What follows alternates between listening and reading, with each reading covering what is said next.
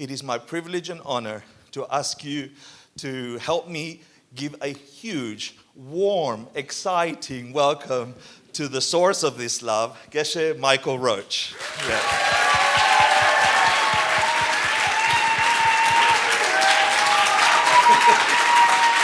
Thank you. I love you. Thank you, thank you, thank you.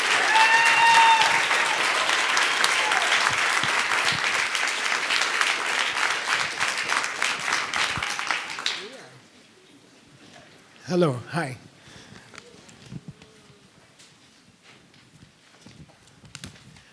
So we just finished a term in our college, our little college in Sedona. And I taught 72 classes in 2 weeks. Mostly translation classes. And so we have a team of about, it's about 120 translators. About half of them are in China. So I'm training 80 translators in China.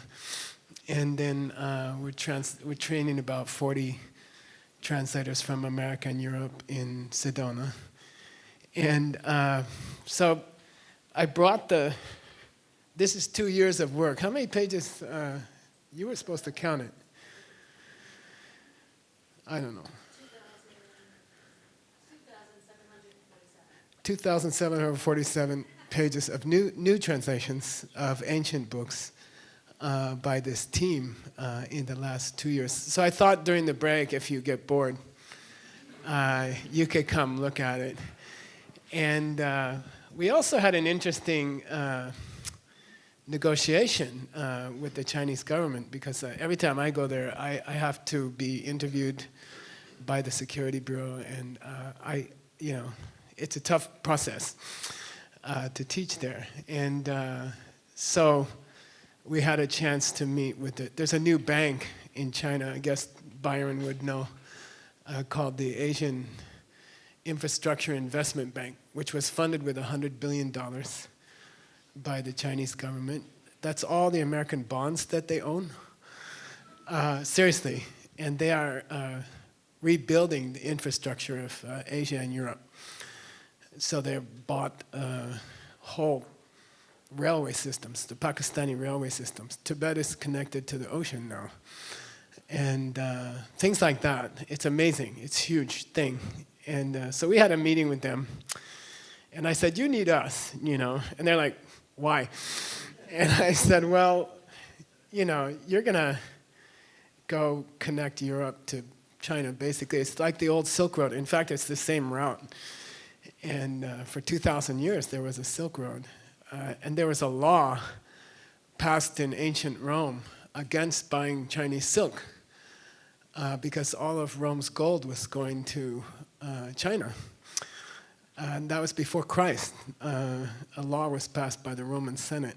And I said, you're going to get, what do you call it? People kick back? No. People are going to be resentful after a while if you own all the railways and ports and airports and, people are going to, what's it called? Blowback? Anyway, you're going to get resentment from people, and you have to learn to be a little more, what do you call it? Interesting and fun, and diplomatic, And, you have to, so I have this idea that you could take your ancient culture and you could train your executives, your business executives, about your own ancient literature. And then, my experience in business, in the diamond business for 20 years, was, diamonds are international. Every country has diamonds. So when you do the diamond business, you interact with people from every country, every religion. Everybody has diamonds. And then the most interesting business people were the ones who knew about their history of their country and their literature and their philosophy. So I said, we'll train all of your business executives in your ancient literature, and then they'll be more interesting people and more fun people. And then when you take over the world, it'll be more fun. You know? And so we had this conversation like that, and they said, okay. We started a program called China Soft Power, and we said, look, you have hard power already. You are the second or first economy in the world, and you have probably the most powerful military now. But do you have soft power? You see, do you have cultural power and kindness and compassion and things like that? So they said, okay, and so we started a program. There's 40 business owners, very big business owners, and they come. I go 3 times a year. We have about a week together. We spend all day together, and it's exciting. But the first couple of days was rough because they didn't know me, I didn't know them, and so I was running off the plane. And the organizers asked me, do you have any materials ready? I said, no. I said I was too busy. And they said, well, what are you going to do? I said, I also don't know. And because in the first half of the day, I have to teach a translation class. So we found some ancient works by Chinese authors on the art of interpretation, for example. So it would take 8,000 pages of English. It would take about 30 years to translate. And so we started it. And we started with a group of 80 translators. And we're working our way through it. So that's the first half of the day. Then I'm supposed to go meet with all these Chinese business executives and sell them on their own culture. But I don't have anything ready. So I sent them a message. I said, everyone has to come to the translation class. And it's very obscure translations, which if you have the courage to look inside, you will see. And very, very difficult texts. So they came. And I said, okay, you have to sit here for 4 hours and listen to ancient literature, your ancient literature of your country.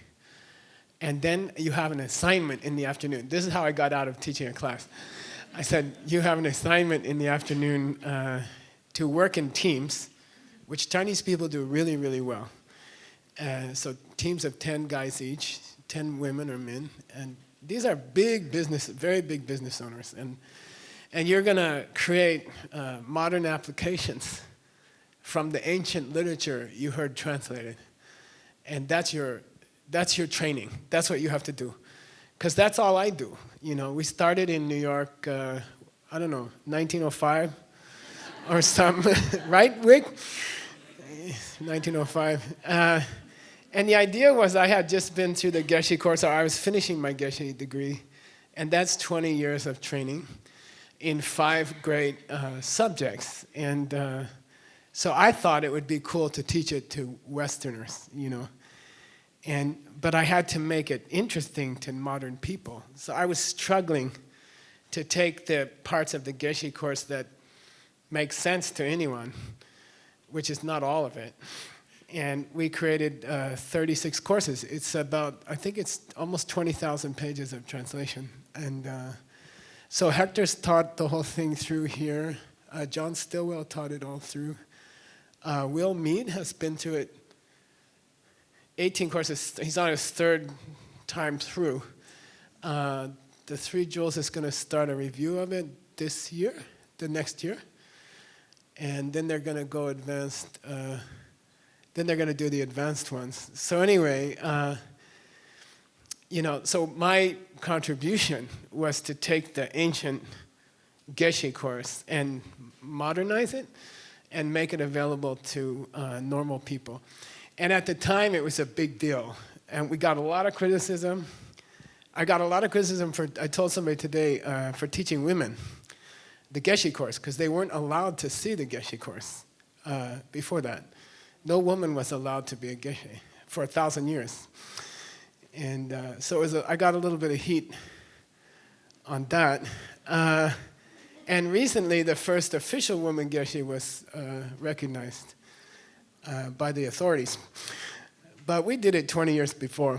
It seems to go like that.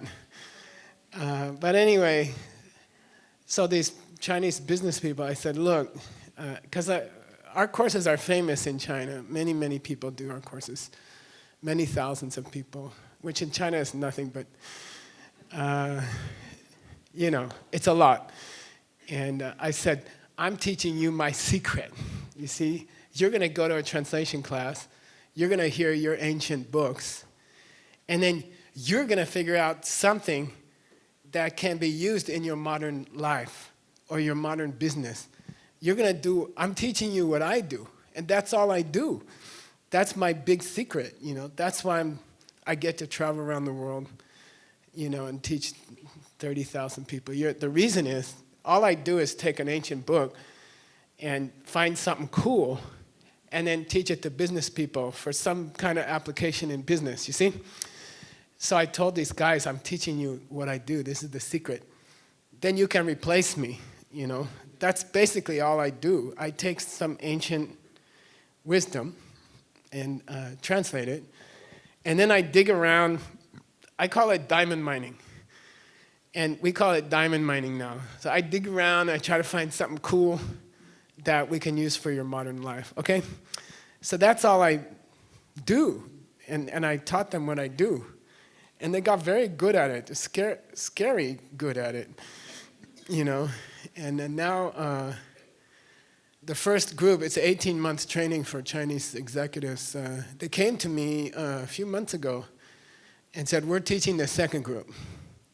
We'll take it, And I'm like, okay, because they're good. They're really, really good at it, So anyway, I taught 72 classes 2 weeks ago. It was exhausting, It was incredibly exhausting because each class takes about maybe 4 or 5 hours to prepare, and so we are translating these ancient books. And I thought I would teach you the cream of what we did, okay? And so I'm going to do it tonight. I'm going to start on the cream of the cream, okay? And then those of you who work for 3 Jewels or work at 3 Jewels, we'll do another course tomorrow evening at the 3 Jewels. But because the space is limited, the second half of this talk tomorrow, if you're not a staff member at the 3 Jewels or something like that, you're welcome to listen online, okay? Because we crushed as many people as we could in, but I think it's gonna, they can't take more. They informed me a couple weeks ago not to talk about it. So, of course, I'll talk about it. But I negotiated, they're gonna put it online. So if you want, tomorrow night it'll be live streamed, okay? The second half of this class. And then in the morning, or lunch, brunch, we'll also do some cool stuff. That's the people who paid for tonight to make it free. We invited them to lunch tomorrow. So I'll do a special shtick for them, okay? So tonight I'd like to do the cream of the cream. We're working on 108 books, a series of 108 books. And my favorite lately, okay, it changes every few months, but my favorite lately is Nagarjuna.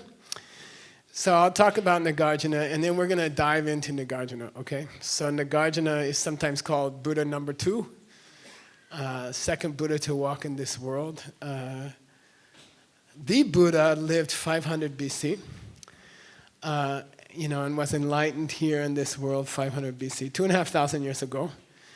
And then he taught for, I think he was 81 years old when he passed away, 81. And he taught constantly throughout his life. We have 990 texts based on his teaching survive. And there's a rumor that there are thousands more that were lost, okay? Then he passed away, and then there was a grand meeting of all his students, and they say 500 of his students. And they messed things up, okay? It reminds me when I left New York. Just kidding. So I taught all the courses here, and then I went into a 3-year silent retreat. And I thought, I don't know what's going to happen. Actually, they kept it very well. And they did everything very well. They kept it quite well. But after the Buddha died, they didn't keep it very well. And this meeting, I guess there was too many people there. It was kind of a committee, which is a bad way to do religion. And they had a big committee, and they wrote out the teachings, and that record is called Abhidharma. And I did Abhidharma for 12 years. I translated the main text for 12 years. That was my first thing in the monastery. And it is the most boring, dry subject in the universe. Extremely dry and boring. And so for 700 years, this school took over called Abhidharma, and the boring school. And so Buddhism got very dry.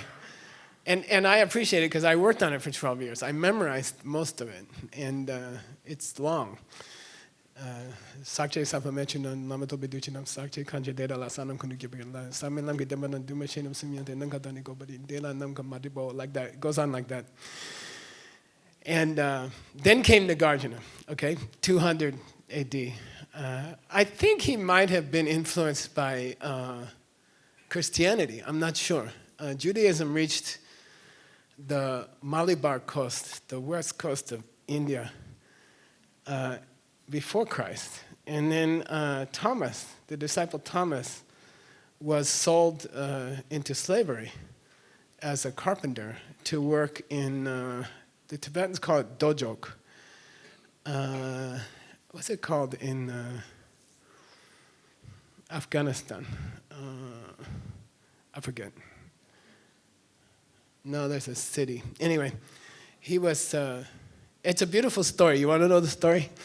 Okay, this is a beautiful story. And it's told in the Gospel of Thomas as it survives in Syria. And so, you know, Jesus appeared to his disciples after he died and gave them all a mission. You know, Peter went to Rome, and other guy went to Greece, and, you know, then came the Catholic Church and the Eastern Orthodox Church. But he also assigned Thomas to go to India.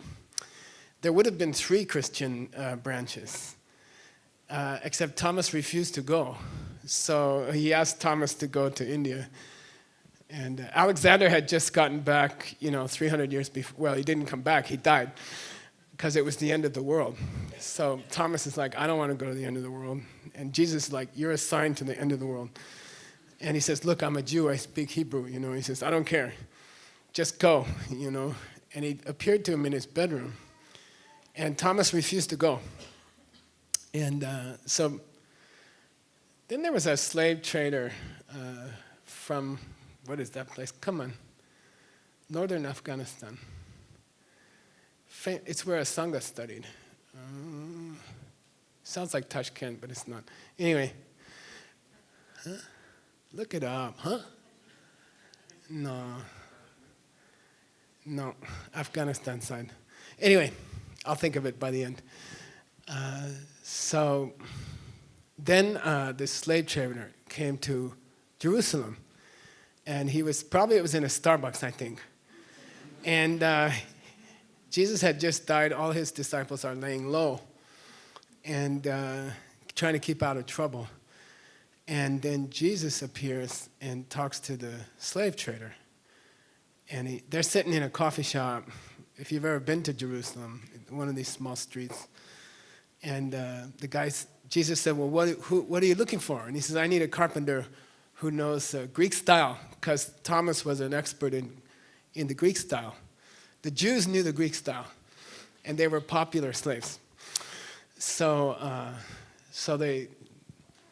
Jesus says, I have a guy for you. You know, he's perfect. He's a carpenter. His name is Thomas, you know. And the slave trader says, okay, can I meet him? And then Thomas is just walking down the street, and Jesus says, I own him. He's my man, you know. And he says, well, how much is it going to cost? He says, 20 pieces of silver. And the guy says, well, he must not be very good, because 20 pieces of silver is almost nothing. And then Jesus said, a man should not be sold for more than his master. because Jesus was sold, I think, for 30 pieces of silver. So the guy's like, what are you talking about? He says, well, never mind. And and the guy gets suspicious. He says, are you really the guy's owner? Are you his master? And he says, yeah, he's my slave. So there's this beautiful scene where Thomas walks down the street, sees Jesus at the coffee shop, walks in to say hi. This is after the crucifixion. And he's all excited, and he's like, oh, Jesus, it's you. And Jesus says, this is my friend, his name was Hamas or something. And the slave trader says, is this guy your master? And Thomas says, my only Lord and master. Took him to India, took him to Afghanistan. And that's a long, beautiful story. But it was just before Nagarjuna. And Thomas ended up, after he got out of prison, because he didn't build the palace properly, which is another beautiful story. But I believe he affected South India. He was martyred in Chennai, Madras. He died in Madras. And I believe he affected Buddhism. But there's some beautiful stories of Buddhist monks meeting the Greek kings who succeeded Alexander. One named Menander, that in Sri Lanka they call Melinda. And the great teaching on emptiness, the greatest early teaching on emptiness, is a conversation between a Buddhist monk named Nagarjuna and the Greek king Menander. And so I think there was this big connection going on. So anyway, Nagarjuna came out of that 100 years later. Nagarjuna appeared in South India. And he hungered for the original teachings of the Buddha that had been borized, made boring. He hungered for the deeper teachings, and he felt like something was missing. And so he started writing poetry about emptiness. And it's said that he had seen emptiness directly, which is very rare. And so sometimes he's called the Arya, which means a person who has seen emptiness directly. He's just called the Arya, And he wrote poetry about emptiness, and he revived, we would say, the original teachings of Lord Buddha 700 years later. And that came to be called the Greater Way, the Mahayana, and specifically the Middle Way, Madhyamaka. And so what I thought tonight, he wrote 6 famous books of poetry, and we are translating a lot of them and commentaries on them in the college.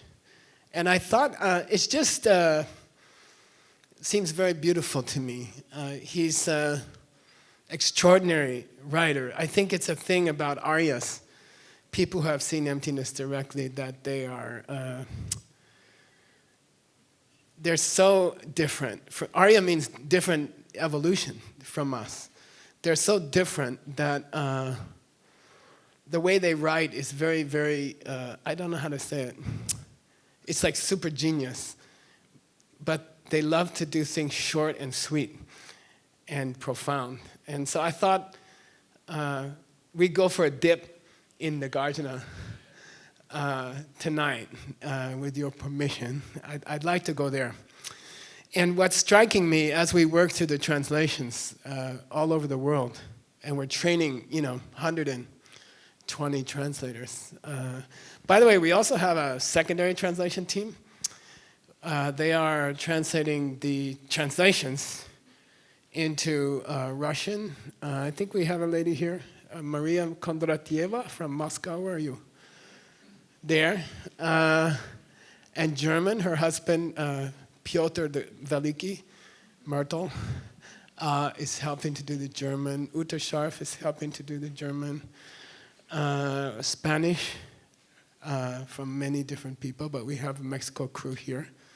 3 great wise people, Las Mujeres. They have a radio show, like a Nagarjuna radio show, once a week? twice a week. It's like the hottest thing in Guadalajara. And they've been doing it for 5 years or something? 3 years. Like super hot. Live Nagarjuna on the radio. We have Syrian here, Noor Ibrahim. She's translating into Arabic. We have Ben's not here, right? He's doing French. And we have Indonesian and things like that. So if you're interested to help with that, you're very welcome, okay? So talk to Tim or Noor. Noor is okay? Yeah, and we have here the people who find the original text. John Brady, you should give him a hand. Can you stand up?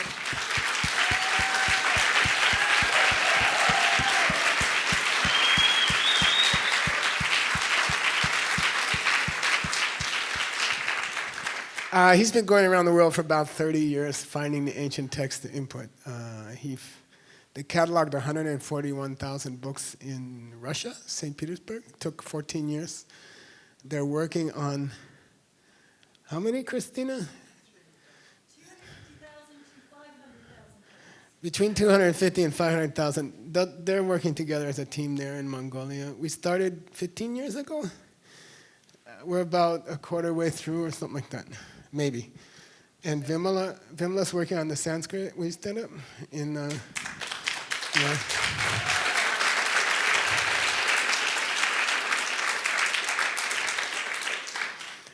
So anyway, I thought I would tonight take out the sweetest things from the translations. But if you'd like to participate in any way, we need secondary translators, auf Deutsch. It's people who can translate the English or Russian or whatever you like. And we also need people to help us fundraise. Because it's expensive. It costs about, I don't know, close to $1 million a year to do the whole thing. So if you'd like to help with that project, talk to Noor. You want to stand up? Or Tim, okay? And the idea is we'll print 108 rare books of the most important cream of the cream, which you will learn tonight. And then it'll be translated into, I don't know, 15 languages. And it will take about 100 years. Some of the books are scheduled to take 20 years to translate. So we need help. If you'd like to help in any way, talk to those guys, okay? Or Rachel, 3 Jewels. You guys, you want to stand up? Yeah, the 3 Jewels people, yeah.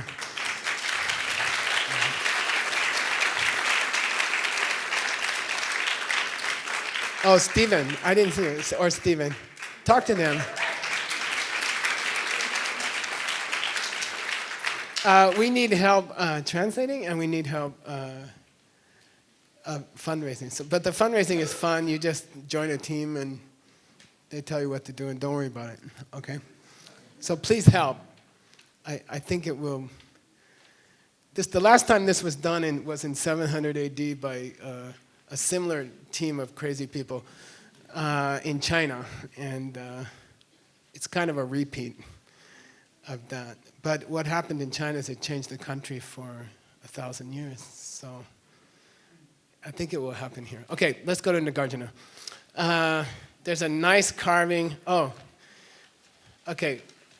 There's a photo on the front of your reading, okay? And I have an advisor who's been helping me since he was a small kid. And now he's a big kid. Francis, where are you? Oh, can you explain what's this photo on the front? Yeah, part of a comet airplane, okay? So this is an airplane. It was by the Havilland Company in Britain after the war. And they made the first jet passenger plane, okay? 4-engine jet plane, first one for passengers in the world. And it had four engines, and to make it pretty, they put them in the wing. And, I don't know if you know the story. Anyway, they flew for a while, 6 months. The queen flew on it. The princess flew on it. And then they started to fall down. And it was a little disturbing. And wings would fall off. And, nobody survived, so nobody knew exactly what happened. But there are stories that, like in Rome, two crashed in Rome in the period of 6 months. And one of them crashed without its wings on. And, you're talking like 150 normal people like us sitting on the plane, and suddenly it breaks in half. And everyone died, so nobody knew what happened. So they would collect the parts together. One crashed over the Mediterranean. They had to collect the parts from underwater. And they took them to England, and they put them back together and tried to figure out what happened. And what happened was that there were small cracks. The windows were square. And small cracks would develop at the corner of the window. And people were just like, okay, there's a little crack in the window. It's okay. It's not a big thing. But then the metal fatigue would start in that corner. And then eventually the planes would just break in half, halfway through the flight. And then came this custom of people starting to watch for cracks on airplanes and testing with special x-rays to see if there's cracks in the airplane. People got interested in cracks. Micro cracks that they weren't interested in before because the planes were falling down all over the world. The first passenger airplanes with jet engines. And finally they figured out what was happening, okay? And then all the people who had said, oh, the cracks are nothing, became unpopular. And especially with the families of the dead people. And the lesson is that we gotta look for cracks, okay? If you see cracks, you gotta pay attention, okay? I was on a flight from Dallas to Guadalajara recently, and it was a hot day in July. And we're taxiing out to the runway slowly. And I'm looking out the window, and there's jet fuel pouring off the wing. Like huge gallons and gallons of jet fuel pouring off the wing, And I'm like, and they're about to take off, and I said, should I scream, Should I say something? Or should I just, it's not very cool to start screaming just before takeoff, And then I just decided not to say anything. And then I said, oh, you're so stupid. If you die because you're afraid to scream, that's so stupid. I said, yeah, that's stupid. So I yelled. I said, hold it, And everyone's like, security people are, I said, hold it, stop the plane, And they're all like, what? And the stewardess came over and said, look out the window. And there's gallons and gallons of jet fuel pouring out off the wing. And she says, that's probably nothing. I said, could you ask someone? Could you just ask someone, And then she went and got the co-pilot. They stopped the plane. And the co-pilot came back and he's like, it's probably nothing. I'm like, do you know it's nothing? No. Could you ask somebody? He said, okay, we'll ask somebody. And then they called the air tower and all that. And it is normal. When the plane gets hot and the fuel expands, there's an emergency valve, and it dumps fuel out on the runway. Hundreds and hundreds of gallons of fuel. I don't know what happens to it, if it's spark or something, but it's interesting. And we took off, and I'm still here. But sometimes you notice something is wrong, and this is a theme with Nagarjuna, okay? Because I've been eating Nagarjuna heavy for the last few years. And we've been deep, deep into Nagarjuna. And he keeps saying, don't you notice the cracks? Don't you notice something weird going on? And after a while, you don't notice it, You're like, yeah, okay, Nagarjuna, just calm down. It's probably all right, But he's insistent, And he keeps saying, something's weird. Something's going on, And there's cracks in the airplane, or there's some kind of weird stuff going on, Something's not right, okay? So I thought I would follow that theme through several of his books that we're working on. One is called Rinchen Tenwa, Ratnavali.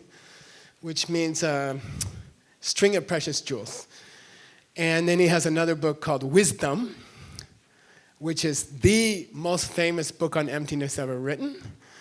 And it's the source of everything since then. And we're translating the best commentary to that, two of them.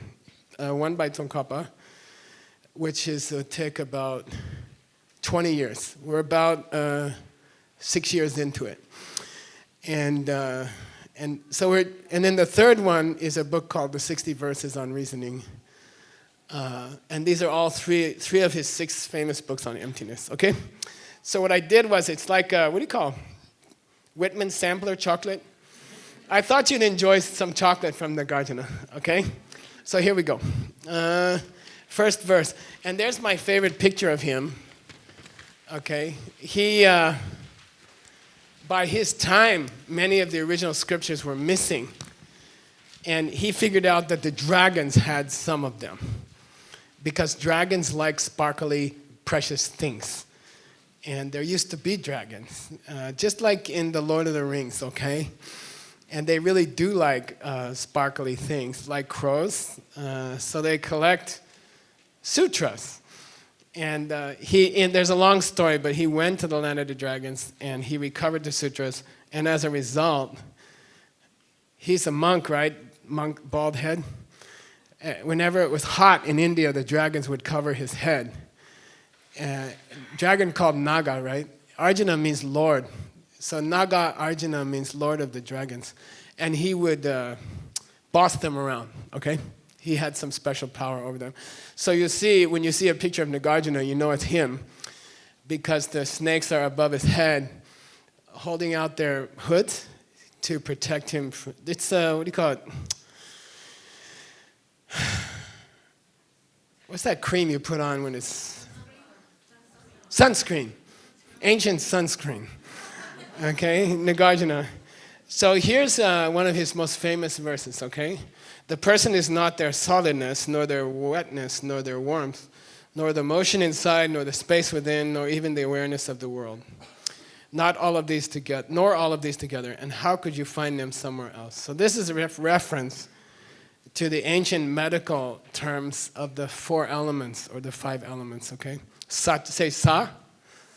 Come on, don't be New York, okay? Sa, chu, me, lung, namka, namshe. Okay, sometimes 4, sometimes 5, sometimes 6 elements, okay? And this is like Aristotle or Socrates, and we think they're kind of crude descriptions of medical terms, right? They didn't have, esophagus and, I don't know, large intestine, small intestine. They had the elements. And if you understood the elements, you could treat disease.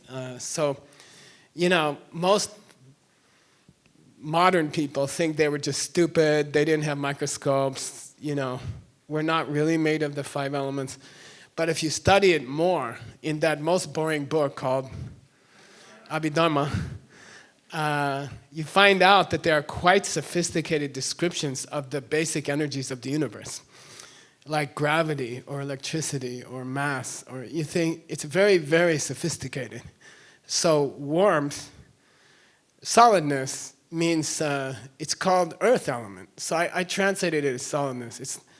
Because it's not dirt inside your body. It's the, what do you call it?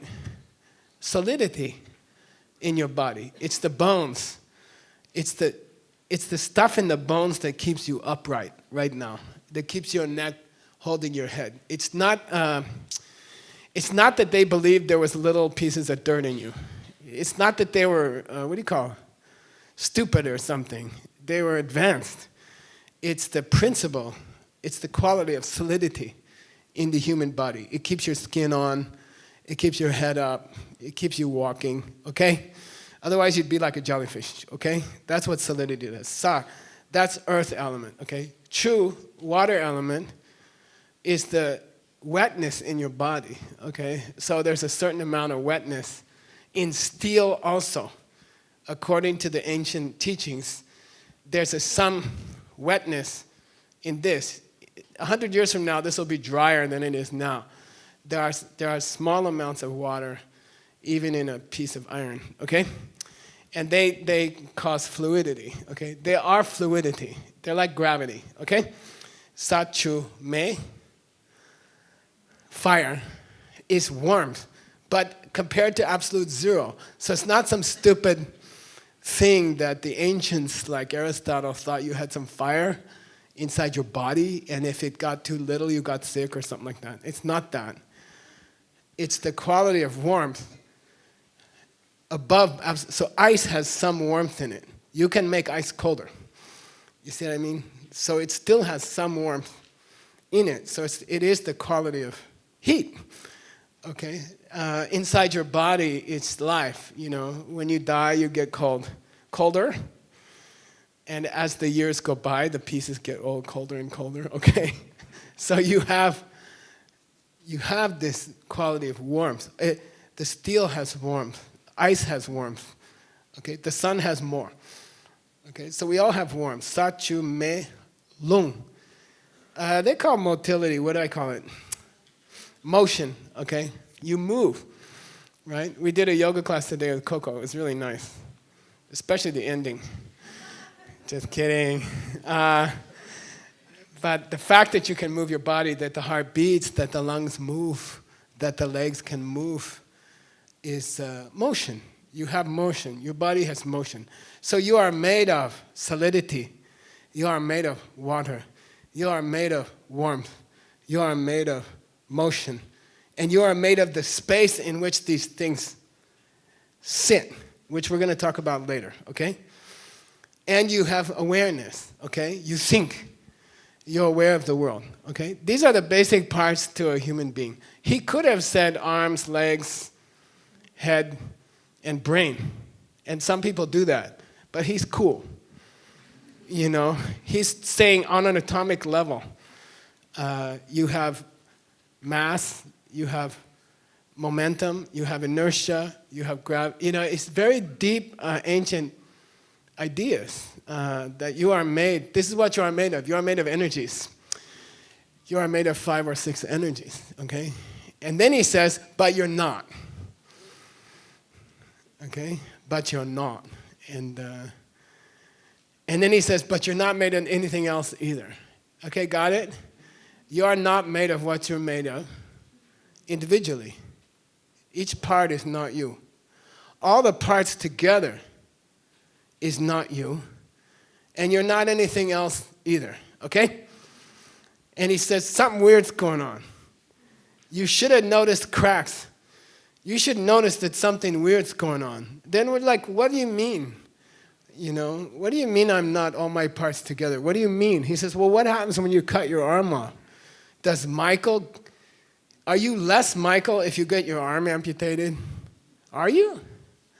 How many arms you gotta lose to not be Michael anymore? You see, how much of Michael can you lose before you lose Michael? There's a problem, right? Is Michael this paper? Because if you come up here and say, this is the most stupid paper I've ever read, it's going to hurt Michael. Michael thinks it's part of Michael. You see what I mean? The seat, somebody takes your seat in the break. You know? No, you try to take a baby from a mother and say, this is not part of you. You see? Can another person be part of you? Oh. Can me extend to another person? Nagarjuna is trying to say, weird stuff is going on. Your idea of you is a little bit strange, you know? I had a guy, I have friends here from New Jersey. I spent, I don't know, how many, 25 years in a small Mongolian temple, right? And we had a Mongolian guy named Rupjor. Old man, his name was Rupjor. I'll give $500 to anyone who can tell me what the Sanskrit is. Okay, cancel that.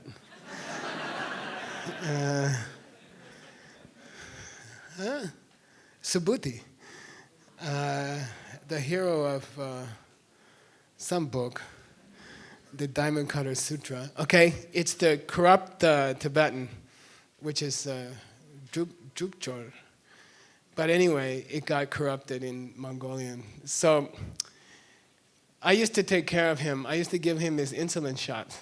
He needed insulin shots every day. And I asked the doctor, the doctor said, you're going to give him the shots. And I said, I don't know. I don't know how to give a shot. So he gave me an orange. He said, poke the orange and shoot it 3 or 4 times. And I did. He says, okay, now you're trained. And then I gave him his shots every day. And then he got a sore on his foot, right? And which is very dangerous for a diabetic, right?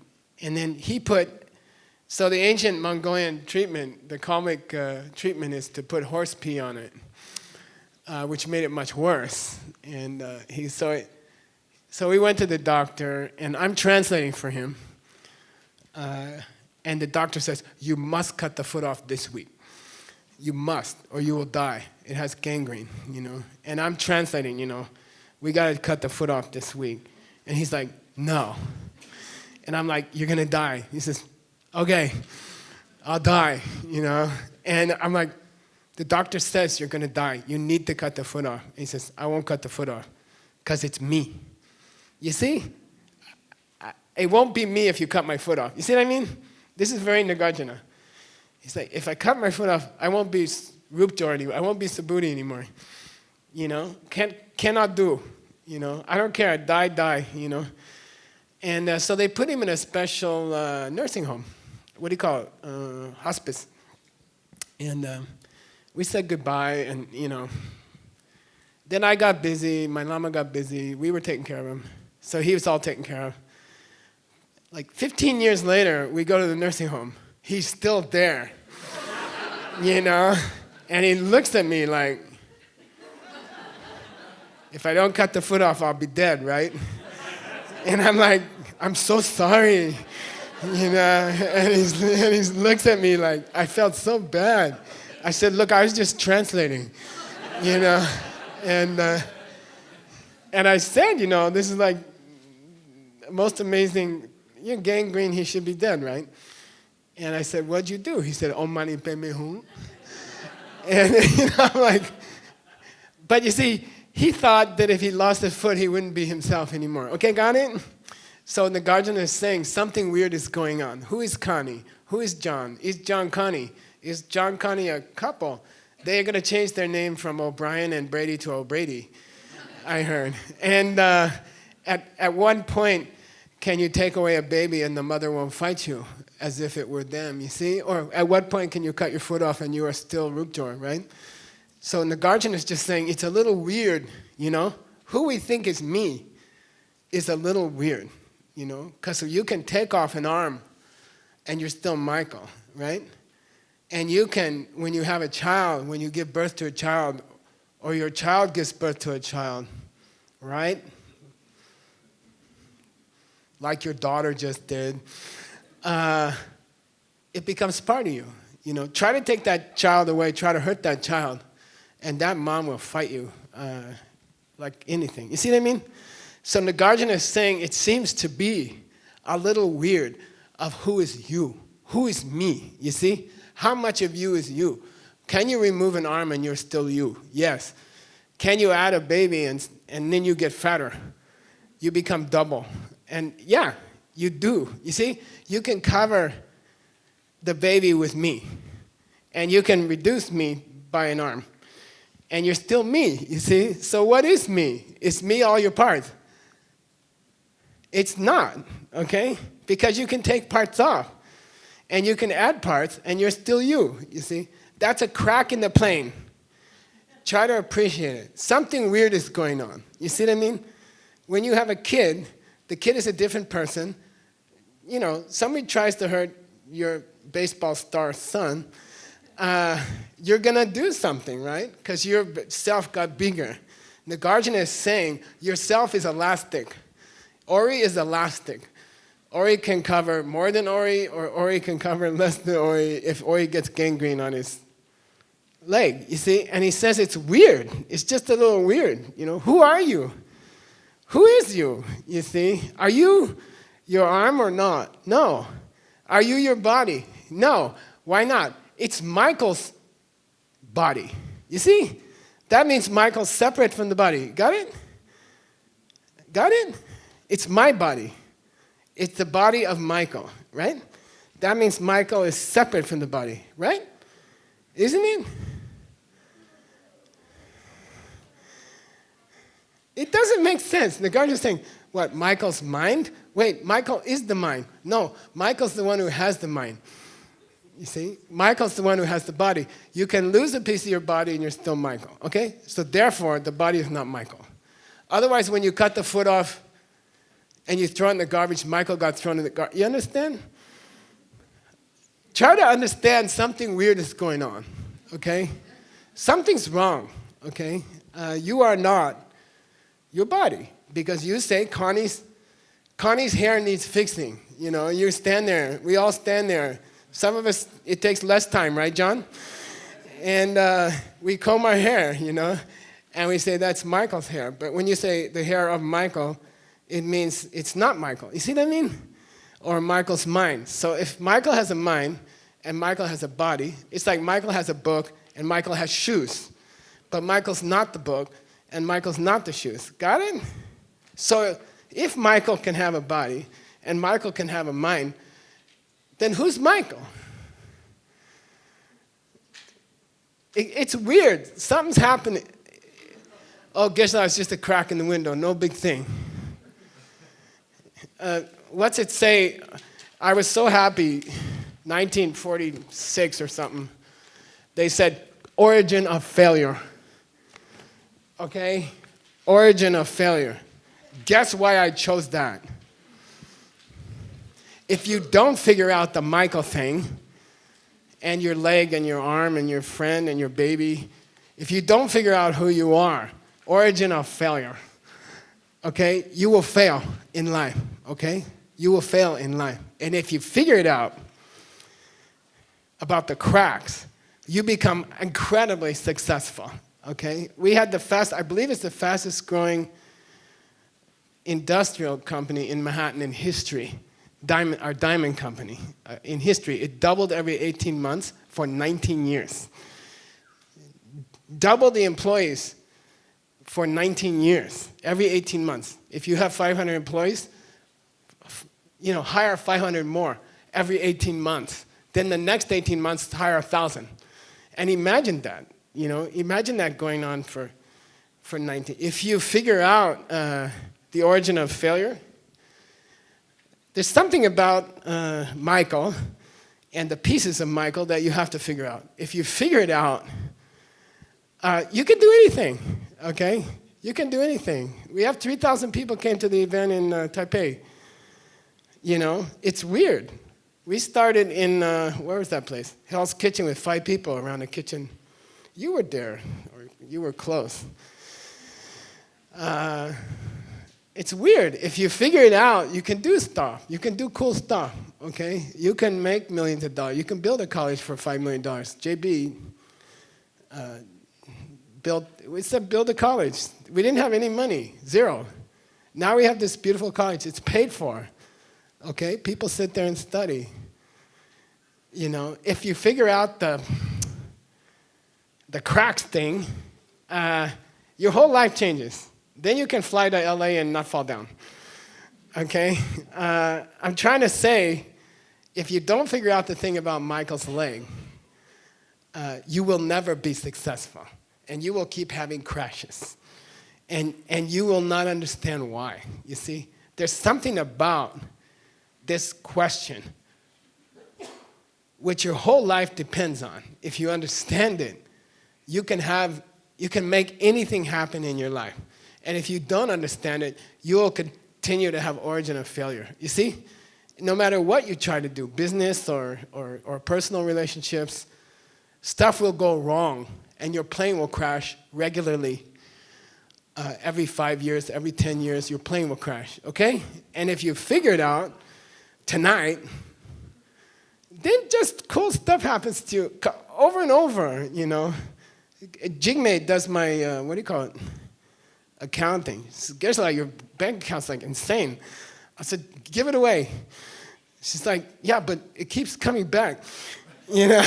I'm like, okay, let's just, right? We just did something orange. Did you hear about that? Come on. Okay, anyway. Okay, let's go on. If you figure out the source of failure, if you figure out the emptiness of you, you can do weird stuff. You can be happy all the time, and everything you do is successful, okay? If you don't figure it out, your plane will continue to fall down. Samayot upadayat. Upadyot? Isho. Over and over, your airplane will fall down. Okay, got it? Let's go to the next one. What time? Anybody have? What time is it? I'm giving you a break, okay? Don't say I didn't give you a break. And we do have refreshments. And I will sign books outside. And if you can't afford a book, I'll give you a book. Guess why? Okay. The next page says, understand every living being in the same way you understand yourself. Understand every existing thing in the same way you understand beings. This is the Lord Buddha. Very, very, very famous statement about emptiness. If you figure out the emptiness of you, of John, of Connie, of Bertha, if you figure it out, then everything becomes clear, okay? So we're going to go, you got that chart for me, Tim? Where is that? This is part of a teaching we give in other countries. This is an outline of all the things in the universe.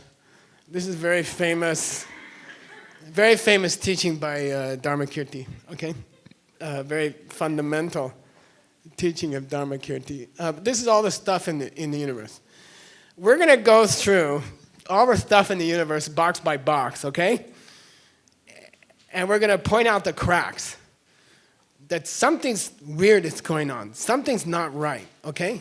And you can ignore the cracks. Geshe-la, I don't really care whether my foot is part of me or not. Right now it's part of me, that's okay. I'm not stressed about it. And I'm telling you, you gotta figure it out. Because if you figure it out, if you admit something weird is going on, and you find out how to fix it, you can have a jet plane. You see what I mean? That goes around the world. You see, you can do anything if you figure it out. And if you keep ignoring the discrepancies, the weird stuff, the cracks, you will always be unhappy. Stuff will always fail, okay? This is Nagarjuna, okay? So we're going to go through all this stuff one by one. The blue box means this is the definition of existence in Buddhism. Andy, you up for that? Seme, mikpa, seme, mikpa, yupeteni, okay? Seme, say seme, mikpa, yupe, teni. The definition of existence is anything you can perceive. Okay? In Buddhism, that's the definition of existence. Then your mind should go to the tree in the forest. If a tree falls in the forest and nobody hears it, did it fall down? What's the Buddhist answer? Huh? Someone always sees everything. Why? Because you can develop your mind to see all things. You see? There are people who see all things. The Sanskrit word for a person who sees all things is a Buddha. Okay? So anyway, anything you can perceive, and you're not drunk, and you're not crazy, and you're not totally jealous at the moment, is real, okay? So that's reality, okay? It's divided into two parts, and we're going to follow it here. We're going to do the left side is things that exist and change, okay? Things that change in the world, okay? All the stuff that changes. What % of stuff changes? 99.99999, okay? And moment by moment. Keichiki, keichiki, keichiki, chipichu. Keichiki, keichiki, say keichiki, keichiki, kenjik, chipichu. Definition of impermanence. In and out of existence, moment, instant by instant, 65 times as finger snap. Things go in and out of existence, okay? That's the stuff on the left, okay? 3 basic categories of the stuff on the left. Bottom left box is called physical stuff, okay? And the Abhidharma, this sleepy book, says that you spend most of your life in the visual arena of physical things. About 90% of your total experience is things you can see. Okay, and then I'm going to go to Nagarjuna, pointing out the cracks of physical stuff. Okay, so we have a feeling, and science has taught us since you were a kid that stuff is made of little pieces. Okay, and in my time it was atoms, and the world was made of atoms. You see, and atom comes from Sanskrit. Means not. It's called the privative a. It comes at the beginning of the word. It comes in atheistic or agnostic or apathetic, and it means not. Okay, means not. Tam means divisible. It's an ancient Sanskrit root. Parts of the town that were set aside from the town for worship were called temple. Okay, temple came from that. So atam means cannot be split further, cannot be divided. In the modern times, in physics, it means when you split that thing one more time, it doesn't act the same anymore. Okay?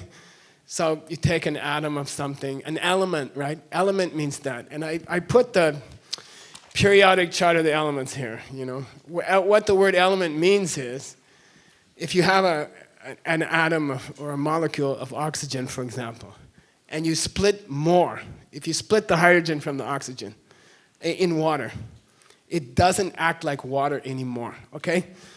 So there are smaller parts. Nobody says that hydrogen doesn't have smaller pieces, but if you break it into smaller pieces, it won't act like hydrogen anymore, and that's why we call it an atom, okay? Atom. So you can't break it for, you can hit it in a nuclear, what do you call them? Collider. Accelerator. You can break it into pieces, but those pieces won't act like hydrogen anymore. You see what I mean? So that's what an atom means, okay? So there's the smallest piece of something, or it won't act like other things. Okay, got it? The smallest piece of things. This is what science teaches you. We are translating a book here called Drupta Siddhanta. What's it mean? School of Philosophy. It's a study of the schools of philosophy. Ben Kramer is translating it. We just slogged our way through 22 Hindu schools that died 1,000 years ago. And it drives you crazy. They all have different ideas, and one of them, the Rajika school of the Jains, has said that your soul is the size of a big umbrella. It's white. It covers you from the chest down. When you get enlightened, it's 225,000 miles wide. And there are these many, many schools of thought. What's at the top is Nagarjuna. And the secret teachings are based on Nagarjuna. And then, so you go down from that, 8 Buddhist schools, groups, and then 22 non-Buddhist schools that we study, that are still studyable. And below those is science. Okay? 30 schools down. 31 is science. It's a primitive belief that this is made of little pieces of stuff glued together that are the smallest functioning version of a thing, okay? That belief is below the lowest Hindu school in the chart, okay, in the Siddhanta. Why? Because the idea of an atom is cracked. There's something wrong with it, okay? Why? An atom is the smallest possible thing, okay? Cannot be divided further, or it will lose its properties, okay? So that means that every part of the atom has to be acting the same. The left side must be acting the same as the right side, right? If you split them into left and right, the left side by itself cannot do its thing. That means atom. And the right side by itself cannot do its thing. Got it?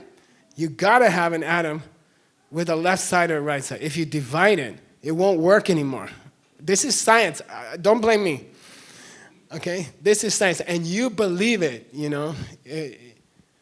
When I ask you what religion you are, your religion is cell phone, come on. You know, and it's spread to the whole world. The whole world believes in cell phone. And you can say I'm Muslim or I'm Christian or I'm Buddhist. I don't care. You're not really. You're cell phone. You know, you are. And I travel constantly. We're going to Tokyo the day after tomorrow. Then we go to Shenzhen. Then we go to Vienna. Everyone is cell phone religion, okay? It doesn't matter what country you're in.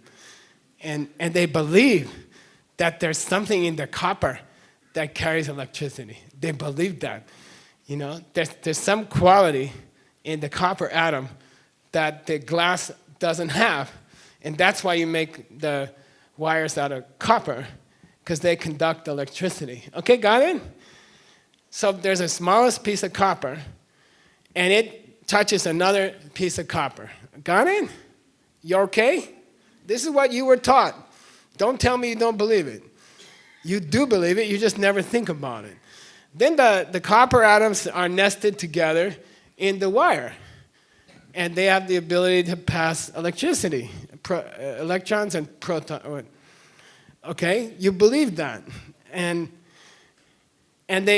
But you can't, they're like balls, right? Each atom is like a ball, okay? And you must have a whole atom for it to work as copper. Agreed? This is science. Element. That's the word element. Okay, got it? Are you okay? Nobody's nodding. But they have to sit together in the same place, and that's the only way you can make a wire. Do you understand? So the left side of the copper atom, which is touching the right side of the copper atom next to it, has to act as if it were the whole atom. Okay? Which means the only way that copper would ever work is if all the atoms of copper in the wire were in the same space, nested like a Russian doll. Как называют? Huh? Matryoshka. Those dolls inside a doll inside a doll, okay? For a copper atom to work, for copper atoms to work together, they must be occupying the same space. Because if you only touch one side of a copper atom, it cannot act as a copper atom, because a copper atom split in two cannot act as copper. Something's weird. Like you resist it, I can see it. You're like, when do we get refreshments? No, you're resisting. You don't want to hear it. It's uncomfortable for you. I can tell. You don't want to think about it. Look, Geshe, well, don't blame me. It was my chemistry teacher in high school. It's not what I just never thought about it. But I'll say it again. If you split a copper atom, it doesn't act as copper anymore. It cannot carry electricity anymore, okay? Which means the whole atom must be doing something, okay? If you only have half of the atom, it can't carry electricity, okay? Got it? If you break an atom in an accelerator, it doesn't act as copper anymore. That's why it's called a copper atom, and that's why it's called an element, and that's why we call it the periodic table of the elements, okay? Got it? So if you touch a part of the atom of copper, it cannot act as copper. The whole atom has to act together, okay? Which means that in a wire, okay, here's one atom, here's another atom. They cannot be side by side because they won't work. Because you only got the left side of one and the right side of the other. You understand? When you break it in half, it don't work anymore. The left side of a copper atom cannot act alone. The whole atom has to act, which means that in a copper wire, all the atoms would have to be inside all the other atoms. And they'd have to touch in every part of the atom, okay? Something weird is going on. Things don't exist out there the way you thought, okay? Let me just tell you the punchline in case you don't come back after refreshments, okay? All right? I just in case you leave, okay? You're like, this guy's cuckoo. There's a point to teaching people this, okay? There's a point to it. It's not some weird philosophy. If you understand it, you can make a $250 million company. We sold it to Warren Buffett. It was fun. Okay, and I don't know anything about business. Nothing, zero. I was in a monastery for 25 years. He knows. You were there. I didn't do anything. I just meditate and wash pots. Those are the two things we do in the monastery. I don't have any business training, but I know atoms. I know Nagarjuna. Okay, so I'll teach you Nagarjuna if in case you don't come back. Okay, ready? Now, maybe some of you might have seen this before. I was in Singapore, and some guy came up to me and said, he was angry. He wasn't from Singapore, he was from another country. I won't mention the country, but he talked like this. And he said, Geshe, you are getting older. I said, I know. He said, yeah, but you don't remember. Each year when you come to Singapore, you teach the same thing. And we pay again. I said, what's wrong with that? And I said, I didn't forget. I want you to understand it. He said, but I understood the first time. I said, are you successful? Well, I'm not real successful. Then you didn't understand it, okay? Okay, got it? I think I can do the same thing in this room. By the way, if you are a Buddhist, and I don't care if you're a Buddhist, but if you are a Buddhist, okay, there's another reason why I teach it over and over again, okay? If you understand the 5 paths theory, which are explained in a certain mantra, gati gati paragati parasangati buddhisa. If you understand that 5 paths, okay, the second path is understanding the pen, okay? And there's 4 parts of the second path. If you get the supa, jorlam sut, if you reach a strong understanding of the pen, according to Buddhism, okay, not me, you cannot go to hell or become an animal after you die. It's not possible, okay? And we're going to talk more about it later somewhere. If you understand this clearly, you are protected after you die. So, you know, I don't tell that to business audiences, but I keep telling them the pen over and over again, okay? Because you're really protecting someone. If you understand it clearly, it's not possible to go to a bad place after you die.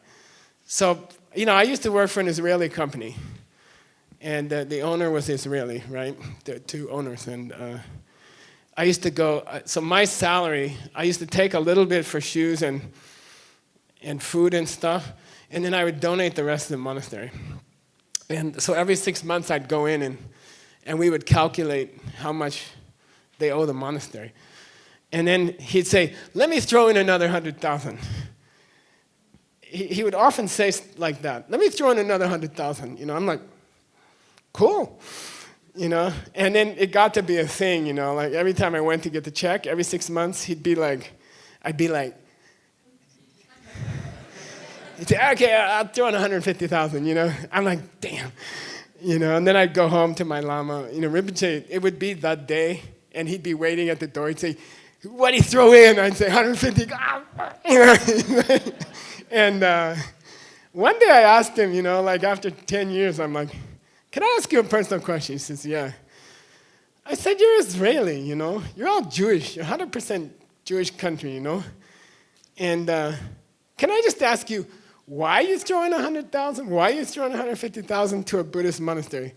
You know, I'm face to face with him, and I'm like, and I'm a little afraid to ask the questions because I didn't want him thinking about it too much. But I'm like, why do you do that for another religion? He says, look, you know I'm a practical guy. You never know who's right. You know, you better give it donations, you know. Give some donations to different places, you know. So learn the pen, okay? If it's a 1% chance that I'm right and you won't go to a bad place after you die, then what's a big deal? It takes 5 minutes. You know, cover your, what do you call it? Cover your bases. Okay? If it's true, you just got a cosmic guarantee about your next life, you know? And if it's wrong, you know, you just delayed your refreshments for 5 minutes, okay? So let's do that and then we'll take a break, okay? So I'll ask question, you give answer. And I always tell people, don't be like Scott doesn't like me to mention the company because they get upset when they hear about it. A large international airline in England. And we went and solved one of their management problems. We taught the 9 vice presidents, okay? And I said, give me an answer. I'm going to ask you questions. Give me an answer, you know? I said, what's this thing? And they're like this. I said, no, just tell me what it, I don't know, something about this island country where they're too polite to answer or something. I don't know what it is. What is this thing? Yeah, it's a pen. Okay, now, second question. Just answer me, okay? I'm trying to save you trouble later on. Maybe. Cover your bases, okay? Then if a little dog comes in here and I go, what will the dog do with that? Yeah, they all try. Question. Does a dog see a pen? They don't see this as a pen. I used to ask Francis all these questions, but I'm bored of asking you because you always answer correctly. We should ask your dad because he doesn't know the answers. Who's right, the human or the dog? Both are right. It's not a big thing, right? The dog can chew. I met one guy in Florida who swore the human was right and the dog was wrong. So I'm not saying anything about Florida, but in the whole world, that's the only guy. And so anyway, now we go to emptiness, okay? You heard the word emptiness many times. You have weird ideas about it. They're all wrong, okay? So here's the real meaning of emptiness, shunyata, okay? Tombani. And don't just relax and learn it, okay? And forget everything else you ever heard, because it's all bullshit, okay? I put this here, okay? The dogs go out. The humans go out. At that time, is this a pen or a chew toy? Yeah, it's nothing. That's emptiness. There's no other meaning of emptiness. You know, I've translated, I believe, more than any other human. I believe so. I mean, Art's, except for Art, he's always giving me trouble. But, you know, it doesn't, all the ancient scriptures don't say anything more than that, okay? I mean, we'll keep translating them because it's fun. And we need your financial help. But anyway, there's nothing more than that, okay? It's empty when the dog's gone and the human's gone. And that's the only meaning of emptiness.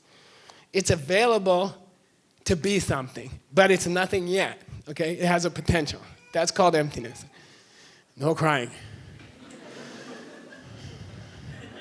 Just kidding. Now I lost my... Yeah, so the human comes back in, right? And the human approaches the stool and looks down. At that moment, what does this thing become? Yeah, it becomes a pen. So the next question is easy. Does the pen come from the pen, or does the pen come from me? It must be coming from me because if a dog preceded me into the room, it would have become a chew toy. That proves dependent origination. Forget the word. Forget all that. I don't know who invented this English translation. It's a national disaster, like some other people. Okay? You come in, and at that moment that I look down, it becomes a pen. Because of that, it's got to be coming from me somehow, okay? Then how does it come from me? When I first catch sight of it, a seed opens in my mind. A karmic seed opens in my mind. The seed splits open in 1/65th of a second. An image comes out of a pen which is this big, okay? An image this big comes out of the karma. Karma means mental seed, right? Comes out of the seed. The seed cracks open. A picture comes out, and it goes on the pieces. That's a clue about the cracks, okay? It goes onto the pieces and makes them into a pen, okay? The dog has different seeds.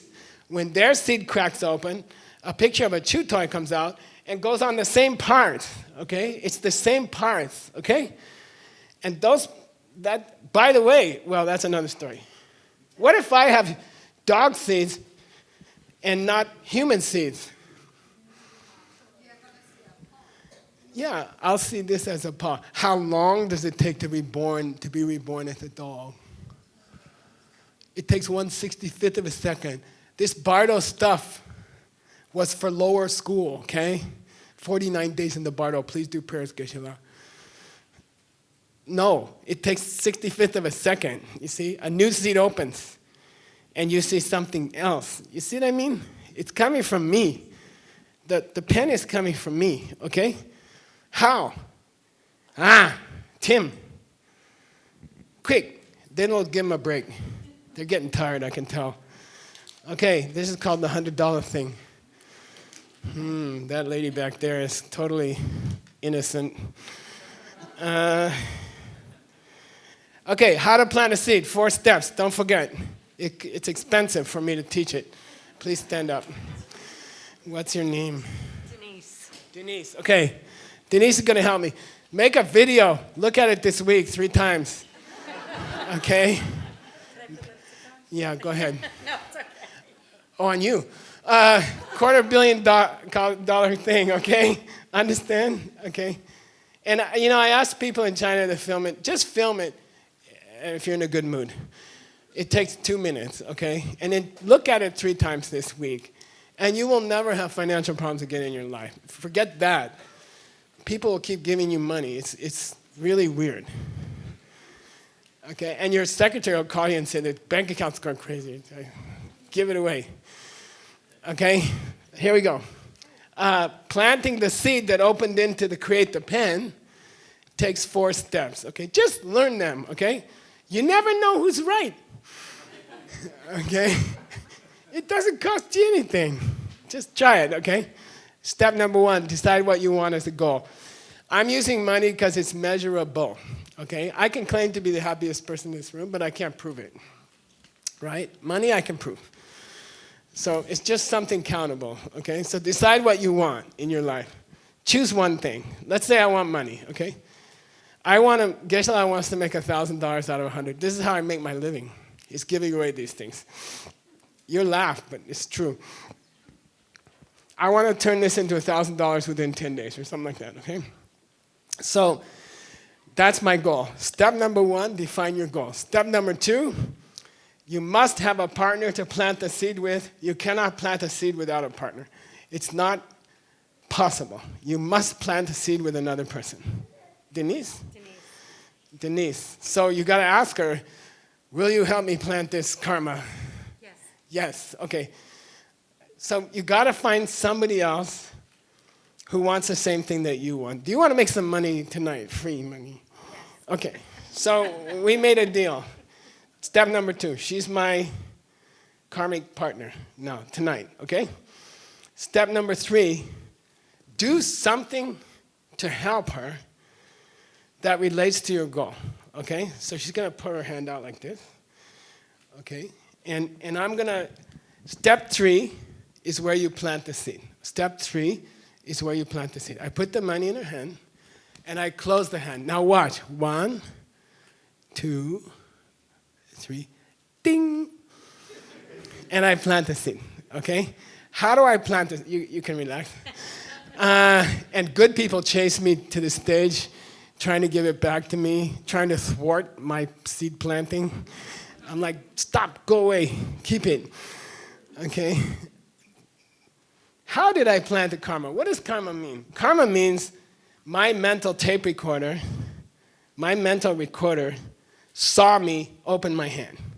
And that image came into my brain and touched my mind and left an imprint on my mind. Okay, got it?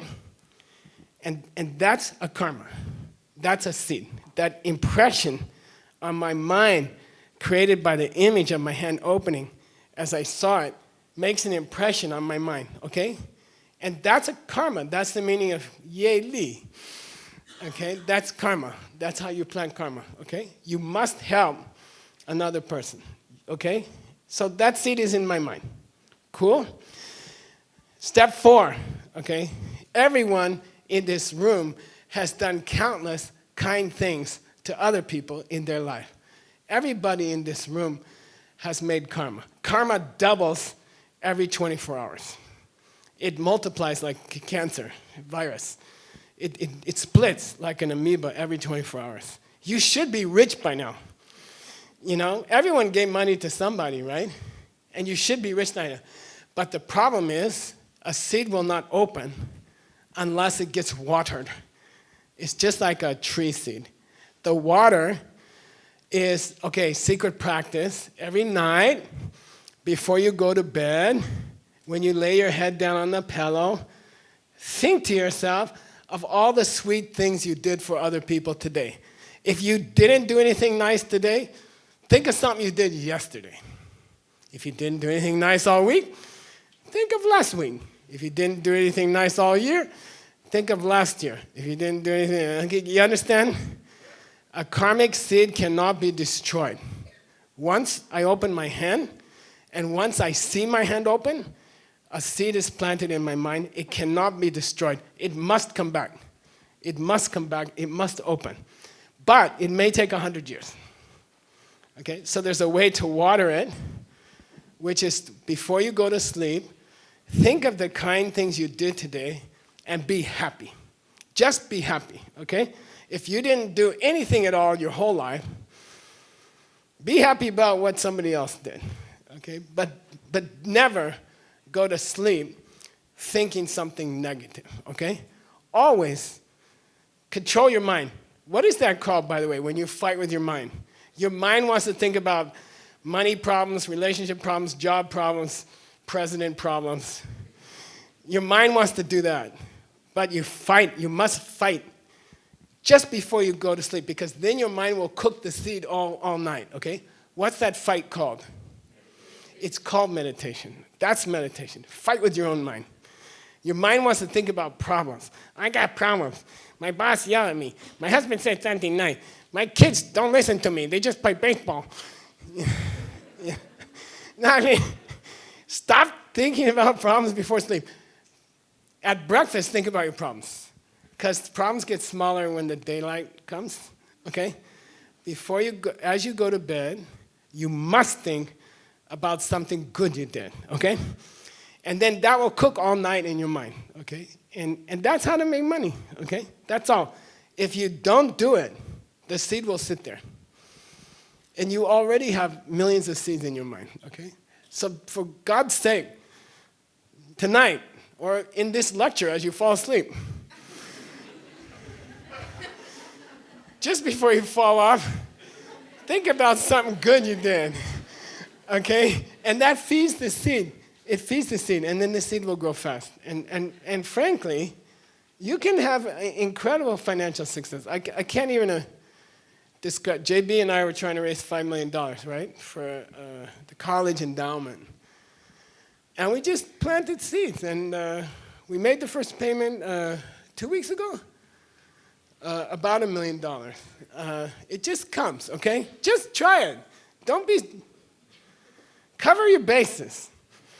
You know, the worst thing that happens is you give someone $100, okay? The best thing that happens is, by the way, the old way of making money has cracks in it. Okay, that's what I'm trying to say. You work hard. Some people work hard and make money. Some people do the same thing and don't make money. Some people don't work at all and get money. Some people don't work at all and stay poor. There's a crack there. Didn't you ever wonder about it? Here these lazy idiot people reach high positions or get lots of money, and then other people who are deserving and sensitive and intelligent lose, you know, they don't get. Didn't it ever seem strange to you? Like, didn't you think something might be wrong? You see, if you see a crack in the window, tell somebody. You see, and do something. You see what I mean? That's what we're talking about tonight. So this is a new model of airplane. It has rounded windows, which is why all airplanes now have rounded windows. And Just try it. Cover your bases. Okay? Try. So what really makes a copper atom work is that, okay, this is weird, okay? If you give away money to people, and if you do your meditation before you sleep, okay? And it's fun anyway, because it's no fun to go to sleep with thinking about your problems, okay? So it's a good habit to get in the habit when you put your head on your pillow, control your mind, fight with your mind. That fight is called meditation. That's all meditation is, you know? I'm not going to think about my problems with my boss or my wife or my kids. I'm going to think about anything I did good today, okay? Then that, it brings prana to the seed. And then the seed will open faster, okay? And if you don't do that, the seeds will open at random, you know, without control. Stuff you did to your little brother when you were 6 years old will ripen first. No, I mean, you can control the priority of which seeds open if you use this technique of as you fall asleep, you think about sweet things you've done for other people, okay? And then the seeds will open fast. And my life is very frustrating because I go around the world teaching people how to be successful. I guess what percent do it? 5%? 10% do it? They get crazy results. And then other people just kind of drift away and I never see them again. And I don't know, I was thinking to take my clothes off or something to get your attention. But you gotta try, just try it once, okay? It doesn't cost anything, right? Just give it a try, okay? Pick something you want to happen and then do those 4 steps, okay? Number 1, this is what I would like to happen. It could be, I would like to find a romantic partner, okay? John Brady came to me, I don't know. Wait, we won't talk about that. No, so I want a partner. I want a beautiful partner, number 1. Number 2, well, you need to find someone else who's lonely, okay? That's number 2. Then you have to do something with them to make them not be lonely. And, you know, I went out with my old lady. I have an old lady. I took her out yesterday, day before. And we went to a nice restaurant, Vincent's Bistro. It's like one of the nicer French restaurants in Phoenix. And we sat down. They have a special croissant. And they let you eat as many as you want. And I told the guy, did you ever have anybody just eat the croissants and get up and walk out? And he said, you would be the second one. And so, and she ate like 5 of them. And then she started to get sick. She's 94, V's mom. And she got really sick. And we had to get her up. I'm paying the bill while I'm carrying her out. But what I'm saying is, you got to find an elderly person. You help them. You take them out to Vincent's once a month. Don't let them eat the croissants. And that's step number 3, okay? Do something nice to them on a regular basis, okay? And then be happy about it at night. Think about it at night before you go to sleep, okay? And that's all. And because the atom of copper is coming from you, okay? It cannot be what it seems to be. The scientists are wrong, okay? Copper doesn't act like copper because copper cannot act like copper because atoms of copper don't act like copper unless the whole atom is acting, but the whole atom can't touch another atom because they're balls and they can only touch on one part of an atom. If only a part of an atom can touch, it can't do anything. Understand? It's not true what they told you in school. So learn a new idea of where the world comes from and try to notice the cracks. You know, try to notice that things you try don't work, okay? Like, go to business school, pay Harvard, I don't know. What is it? I don't know. We taught at MIT Business School. They charge a lot. And, you know, they'll teach you marketing, and they'll teach you accounting, and they'll teach you a dozen things, you know, and then they'll give you a degree. And then maybe you will fail, and maybe you will succeed. And you can see that with your own eyes. It's not that 100% of people who went to Harvard Business School are successful. They're not. It doesn't work because what they're teaching is incorrect. Because atoms can't do what they do. Okay? Don't sit in a plane with square windows and say, wow, there's cracks in the window. What do you think? You know?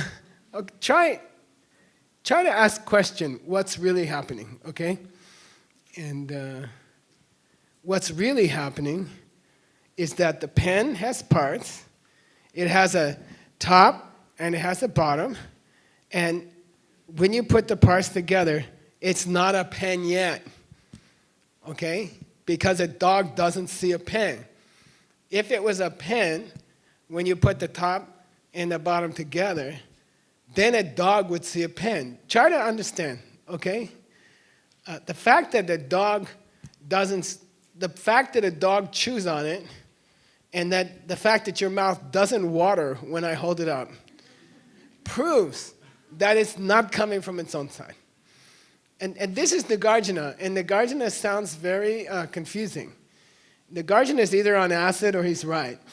You see, there's nothing between. Like the things he says are crazy. Look, top of pen, bottom of pen, put together, no pen. Why? Dog don't see pen. That's all. That's all.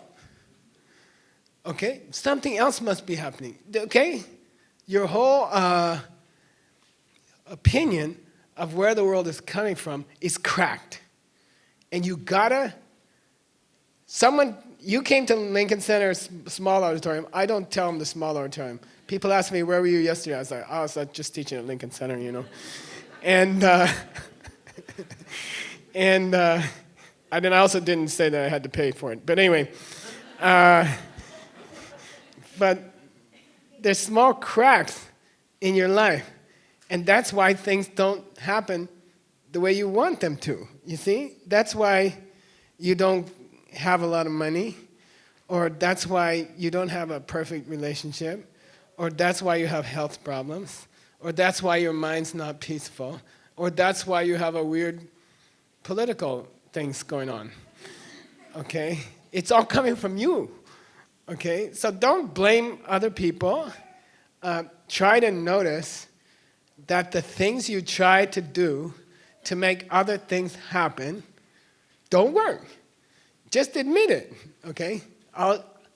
So my students, I've never owned a new car in my life. And my students bought me one recently, okay? So, you know, I don't have time to drive it anyway. I think I've driven it like 3 times, but they bought me a beautiful new car. They painted it. They spent a lot of money to paint it my favorite color, sky blue.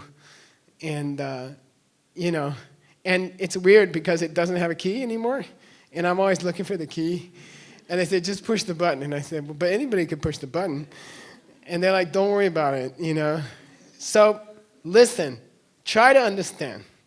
Try to understand. And then it's enough tonight, okay? Then you take the 4 steps recording home and you get rich. Take me out to a restaurant next year. Pushing the button doesn't start the car. Why? Because it doesn't always work. Okay? That means it never started the car. Okay? Try to, now I'm pretending to be Nagarjuna, the Arya, okay? I'm pretending to be Nagarjuna, okay? Try to grasp that there's something weird going on with cars, you know? Or a light, okay? Does the light always turn on when you flip the switch. When you come home, you go like this on the wall thing. Does it always work? No, I mean, sometimes the light burns out. It goes poop, and then you're like digging around in the dark under the sink in the bathroom to try to find the light bulbs. Come on, you did it. Okay. It doesn't always work. Now, if I'm Nagarjuna sitting here right now, if I'm the Arya sitting here right now, I will say that proves that there's no connection between turning the light switch and the light going on. That proves that turning the light switch doesn't make the light go on. And pushing the button in your new car doesn't make the engine start. Because it doesn't always make the engine start. And you're like, Geshe, come on. Sometimes the battery's dead. Stuff happens, okay? But if I'm Nagarjuna, okay? I'm saying there's a crack there. If it doesn't start, if the light doesn't go on, it proves there's no connection between the button and the car starting. Well, Geshe, just tapa tasungi rikpa, $500. Forget it. You don't know this one. Even my students in Sedona don't know this one. You shut up. Wait, tell me again. Wait, say it again. That's incorrect. I lost $3,000 to him recently. I bet on a safe one. He's the human dictionary. I hate you. Yeah, he walked away with $3,000 one night, but not tonight. Tapatasan Guripa means, okay, just suppose in the theoretical case, okay? In the theoretical case that you're right, Geshe, so it's okay that pushing the button doesn't start the car. So what then does start the car? A picture coming out of my mind starts the car. In the same way that a picture coming out of my mind creates a pen. That's all. It's that simple, okay? There's a small picture of a starting car coming out of here onto the parts, okay? There is atom parts, there's a left side, there's a right side, but if you want it to act like copper, you gotta have copper atom seeds in your mind from helping other people to communicate who are having trouble communicating. That's why copper acts like copper. Got it? Because it cannot act like copper if it's atoms. Because the left side won't act like copper. And the left side can only touch the right side of the next atom. And the back end of the next atom isn't touching the front end atom.